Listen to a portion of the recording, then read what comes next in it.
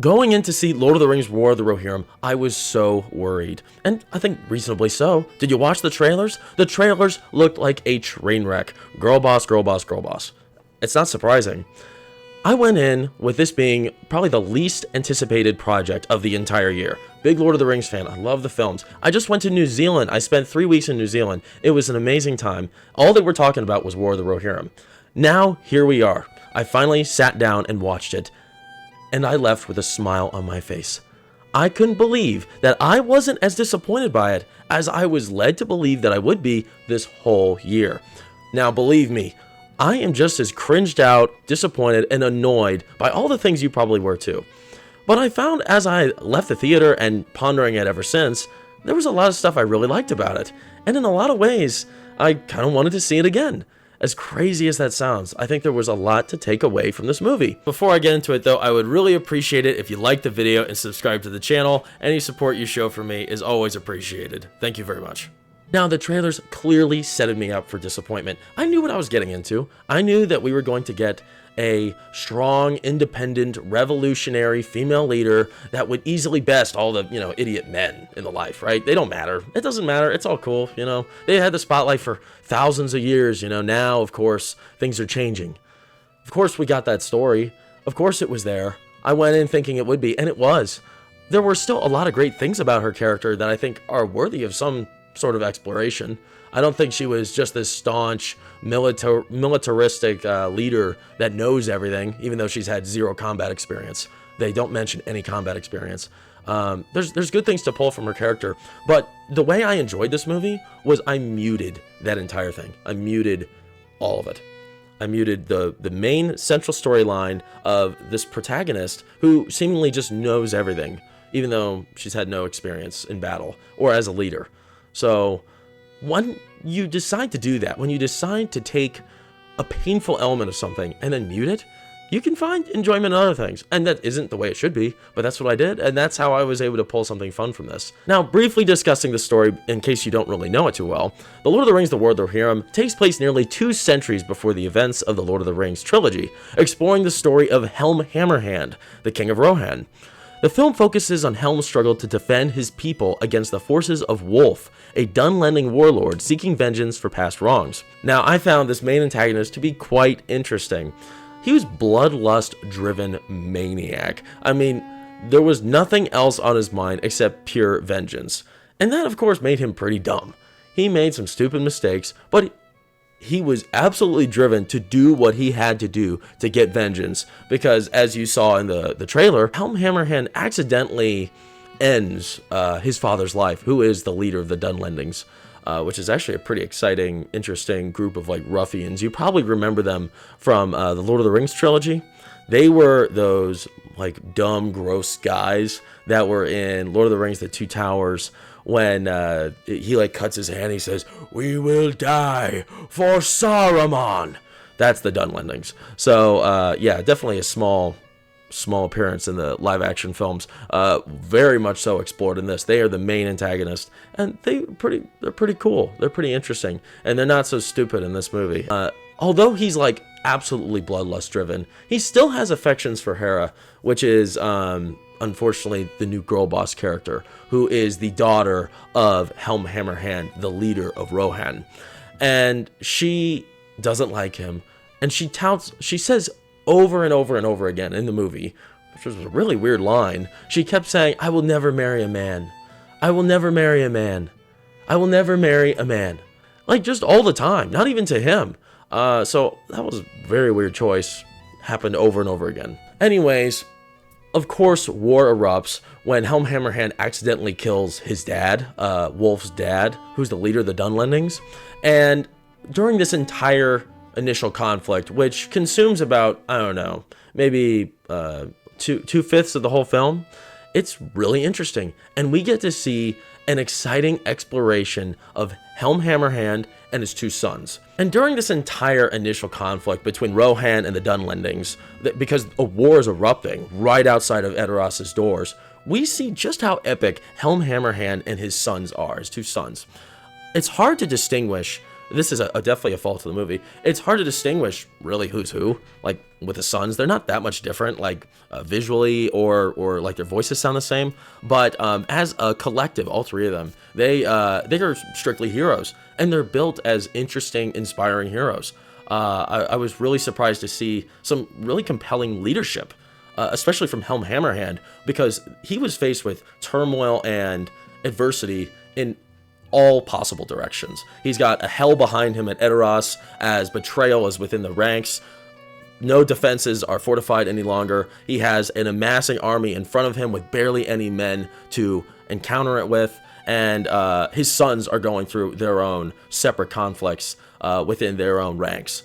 Yet all of this is happening, and Helm Hammerhand, he rises to the occasion, and he's just along with the men fighting, and he's really an exceptional character, and the voice actor for him was incredible. He was he did an absolutely phenomenal job of voicing this guy. It was so convincing. It had the same kind of power and the same sort of tenacity that we heard in King Theoden's voice, and it wasn't trying to mimic it, but it was its own confidence. It was very interesting, very inspiring. And that will inevitably become the downfall of this movie, is that we didn't get to see enough of Helm Hammerhand and these brothers, or these sons. Another thing is these guys make some really interesting sacrificial plays that really just paint them as actual heroes, and they're very convincing. Each one of them has their own talents, their own strengths, and they use those to stand out in the army and to be the best soldiers that they possibly can be along this hell that is unleashing right outside of Edoras. It was actually inspiring to see it. It was really inspiring, and we get to see some crazy action during these sacrificial plays. What paints these guys as heroes, and what paints these guys as interesting, captivating characters, is that they make really difficult decisions in the face of utter disaster. And they did so in just a compelling, real way. It all felt very real and organic with them. It didn't feel like they were forced to be these well-crafted soldiers, these well-crafted leaders. It's because they were. It was because they had a demeanor to them. It's because they clearly showed through previous experience, through dialogue, through rank and order, that these guys had a lot of experience in battle and that they were leaders. That's how you do it, guys. That's how you do it. Just make it clear through the subtleties. That's what they did, and it worked for these guys. Now, sadly, for all three of these characters, and especially Helm Hammerhand, they're not the main focus of this entire story, and later, absolutely not. The conflict inevitably engulfs all of these men, and Helm Hammerhand gets shot a bunch of times with so many arrows, and he's out for the count. He's done. He can't do much more now. So his daughter Hera, who's really the last surviving and able-bodied member of the Rohan royal family, she takes control, and she decides to lead everybody to the Hornburg, later to be titled as Helm's Deep. They are absolutely desperate. There's no men left. Everyone's dead, pretty much. There's no resources. The place was not equipped for this. And Wolf and his Dunlending forces, they fall right up on there, and they're setting up a siege. For the rest of the movie, we watch them build a giant sort of siege tower ladder structure, and they're building that, and you can feel chaos erupting through both sides of this story, and that's when I think it's really exciting. This siege lasted practically the rest of the movie. This is about 50% of the whole film, is we're watching the Dunlending guys pretty much waiting out the Rohan survivors in Helm's Deep. This was an incredibly immersive, miserable experience. If you want to know what it felt like to be desperate, quiet, cold, afraid, and starving, then you're watching the Rohan soldiers. You're watching the people of Rohan that are stuck in Helm's Deep. Now, on the other side of the battle, the invaders, the Dunlendings, they had fear in a different way. One, they weren't... The fear came in the cold. They were freezing. They weren't ready for this. They were all camping out there for a very long time, and they didn't have enough resources. A lot of them were dying off just from being cold. Another thing was, something lies in the mountains. Something lies outside of Helm's Deep that's taking them out in groups. There's a force, there's a big beast that they're talking of, and there's rumors of this. And it just seems to just continue to jump in and take control. And it's throwing all of them off. They're all going nuts. They're hungry, they're cold, and there's a force out there cutting them down. And a lot of them believe that it's the wraith of King Helm Hammerhand. That sort of comes to light a little bit, because on the other side of the story yet again, Helm Hammerhand goes missing. He's missing and his body's not there.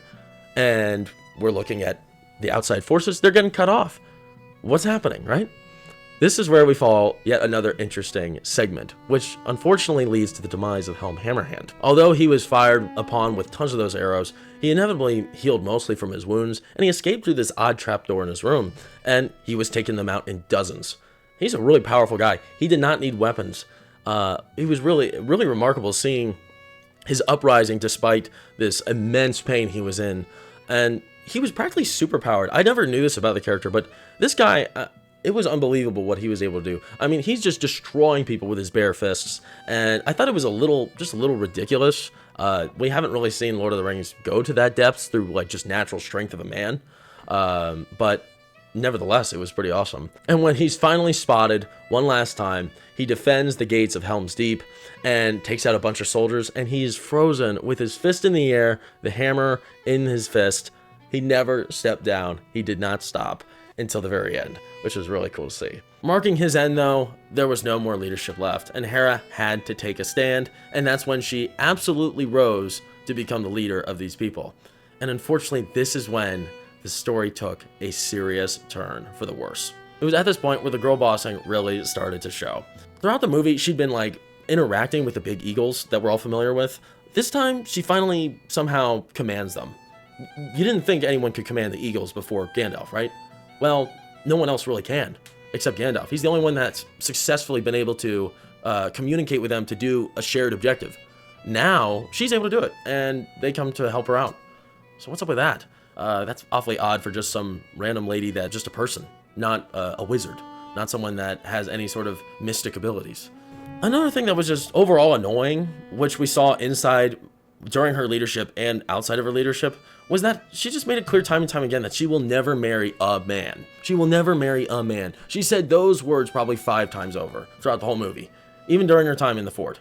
Made it abundantly clear. And it was just a weird choice of words, and it was obviously just something to add to the cause, right? You remember how I mentioned how not a single time in the entire movie is it referenced that she has any sort of combat training experience, rank? Well, all of that's about to come together to really disappoint us when the invaders finally invade. They finally invade. The siege tower's up. They're breaching Helm's Deep. She's going in there. She's destroying these guys like they're absolutely nothing. She's a small lady, and these Dunlending giant brutes, she's overpowering them through strength. It's not even through like dexterity or agility or skill, obviously, because she shouldn't necessarily have any because there's no reference to experience. Then how is this happening if not for the sake of just being great at everything for no reason? Because that's what this is. And it was really hard to watch that scene. It was not cool, and we saw it time and time again. She probably ended a dozen of those guys at least. Big, probably 300-pound brutes, like they were nothing. And of course, when she fights the man antagonist, he's easy, just a pittance, super easy to beat. Like 3 times over, she beats him like 3 times over. And wow, it was just really painful to watch. So they're trying so hard. They're trying so hard to make it work. Now, what also made this entire thing even more ridiculous was she's been looking up to this older lady. She's an old warrior who is from the Shield Maidens, which was like, I guess, this band of women warriors from the past that defended the Rohan people when all the men were unable to fight anymore. And you know, good for them. But this lady's an old lady, and she's doing the exact same things that Hera's doing. Somehow she's able to overpower these 300-pound brutes. As an old woman, she's flipping over them, flipping around them with her shield, throwing the shield like it's nothing. She's an old lady. How is this possible? Like, they really defy what ridiculous looks like in this movie with these little scenes, and it really just takes you out of it, and you can't help but to laugh at it because it's just utterly ridiculous. Now, I know I'm dogging on her character a lot, reasonably so, but before all of this girl boss stuff started to surface, she was a kind, strong-willed royal family member that showed compassion when there wasn't any to be shown. She had a lot of compassion for that main antagonist, Wolf. No one else cared about him. No one else cared that his dad was just, you know, ended there. But she did, and she gave him the benefit of doubt time and time again. That was nice to see. And overall, she was very humble. And you know what? If they wanted to do it right, they could have had her lead in that such of a way. She could have been a humble, compassionate leader that through her words and her actions and following through with her words could have led these people to success. And that would have been pretty interesting. That would have been amazing as more of a diplomat. Because all of this physicality literally just did not make sense. They didn't build it up. It wasn't performed like like realistically that she was able to do these things, just according to her abilities of what's been defined as such. So it was just ridiculous to assume that we would respect that direction that they went with this character. And it's even more so absurd that all of this is even a conversation because this character wasn't even in the Lord of the Rings appendices. Her character was branched from nothing. She's practically entirely made up, yet they decided to make the whole narrative about her character. Obviously, there was an agenda there. The film just tried so very hard to make her a convincible, empowering, unstoppable leader. And what showed that more than anything else, through the actions, through the battle scenes, through her language, was the narration. The narration was hilariously sad, just hilariously sad. In the very beginning and very end of the movie, just like a lot of movies that feature girl bosses, we get a narration where the narrator is just touting how amazing she is. She is a brave, inspiring, compassionate leader that vaults past all the obstacles that come her way. Nothing can stand in her way from being the leader, the woman that can overpower the man that is holding her back and who has held her back her whole life. That's what happens. We get language like that in the very beginning and the very end. What are we supposed to think about that? It's comedy. It's strictly comedy. And it does not work. It does not add to it. If they got rid of that, people would definitely respect her more. Not to mention, the narration itself discredits her involvement in the appendices. It slyly remarks that, although you haven't heard this story, we will tell you now. It was clearly talking about how this was not a content-driven character, and that she did not have a purpose or a story within the books, even though it's true. So it was really weird, strange, almost like a spit on Tolkien in that very sly remark. Very odd. Now, practically speaking, I thought the animation was pretty well done. I'm not really into anime at all. It's just not my thing. Not really fond of it. But I'll admit, it beautifully painted the landscapes of these great settings that we know from the Lord of the Rings films, as well as these epic battles and the scale of the battles. However, I did not feel like I was in Middle-earth at all. Anime and Lord of the Rings, they just don't go together. They just don't mash very well.